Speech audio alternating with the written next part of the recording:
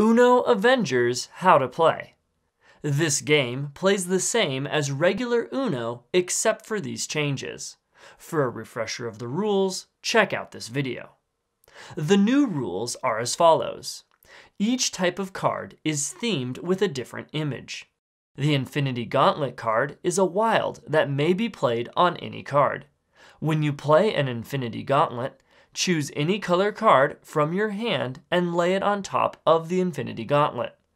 All players, including you, who have a card of this color in their hand must draw 2 cards. Then you get to pick the color that resumes play. At the beginning of the game, if an Infinity Gauntlet is the first card flipped, then the player to the left of the dealer may play any card on it. At the end of the game, each Infinity Gauntlet card left in an opponent's hand is worth 50 points.